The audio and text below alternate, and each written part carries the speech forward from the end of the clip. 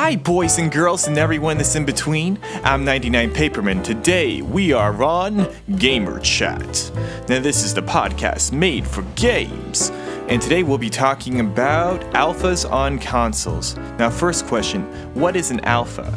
Well, an alpha is basically a rough draft in software development that has the features, the basic concepts of a game that can be completed from start to finish usually, and beta being a more implemented version of that with more features. So we have the alpha, which is a really rough draft, and a beta, which is a more corrected, more implemented, fine-tuned rough draft, closer to completion.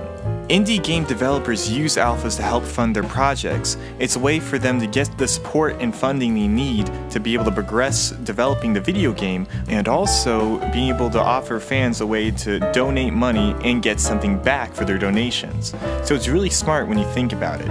And independent developers usually post their stuff on Steam. I see it a lot for computer games, console games not so much. So I wanted to take the time to talk about the new trend going on for selling alphas now for console games.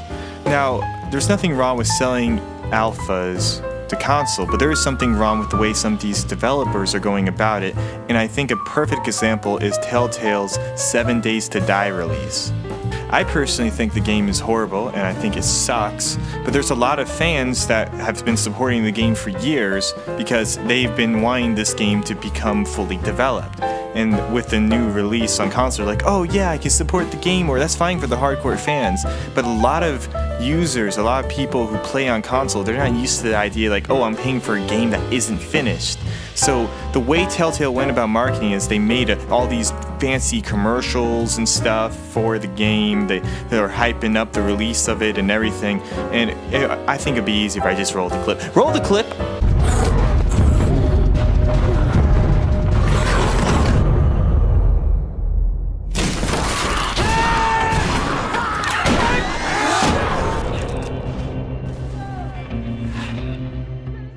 So not even once in this commercial do they say, hey, this is an alpha. No, they just have an actor reenacting the scenes you could live while playing this fantastic, complete game.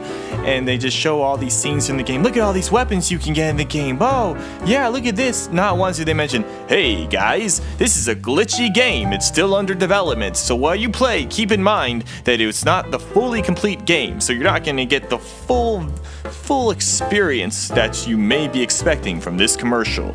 I didn't see any disclaimer like that. And when you go to pick up the game, you think, oh, wow, it's a complete game. Oh, yeah, haha. No. It doesn't say anywhere on it that it's an alpha at all. So when you pick it up off the shelf, for people that play console games, usually when I pick a game off the shelf, I say, hey, this is a game. It's gonna be complete because I just bought it off the shelf at the store. There's nothing wrong with it. It's gonna work fantastic. We don't expect something to not be fully developed when we pick it up from the store. That's just the way consoles work. And that's why I really don't like the game 7 Days to Die being on console, because I feel like it was a huge scam on Telltale's part making these commercials showcasing this game like it was a complete game. But I think there is a way to go about selling alphas without tricking people into buying it. Like, for example, they had an awesome trailer for this game, We Happy Few.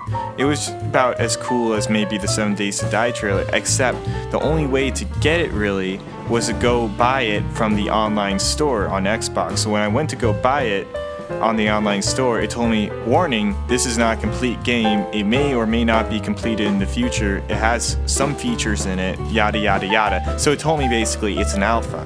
So I kind of like the idea of selling alphas through the online store rather than in a physical store like GameStop or something, because that way I won't assume when I pick it up or when I get it, it's complete. No. Now, some of you might be saying they're really hardcore fans of the game. You'll probably be commenting, oh, well, it's your fault for not researching the game. You should have researched. Well, okay, yeah, you're right. It is my fault a little for not researching the game when I bought it. But, it's the console code, man. The peasant code. The console peasant code. Thee who buy from store shall receive the completed version of the game that's fully developed. And then some of you other commenters are going to be like, well, every game gets updated after the buyer purchases it. It gets updated. There's updates all the time for Overwatch. There's updates all the time for these games. No, there's glitches, you know. Well, okay, yeah, you're right. But those aren't alphas. They have completed features to some extent. They're way more complete. There's a difference between an alpha and a beta. And even then, there's a difference between a beta and a completed version of a game. There might be patches out for stuff they missed, because it's hard making video games. There's always going to be some little error that the developer might have not seen, so they have to go back and fix it. That's just, that's what comes with the territory. Well, I hope you guys enjoyed this episode of Gamers Chat, and if you didn't enjoy it and I offended you, well, fight me. Meet me up, IRL, we'll go to a back alley, we'll get some Yu-Gi-Oh cards, and we'll just shuffle our decks, and we'll get ready. We'll throw down. I'll send your ass to the Shadow Realm, I will. But for real, guys, comment your opinions. Do you agree with what I'm saying? Do you not agree? How do you think the distribution of alphas on consoles should be presented to the public? Yada, yada, yada. Do you think they should be in stores, or do you think they should stick to online stores? Yep, comment down below, let me know, and I gotta go.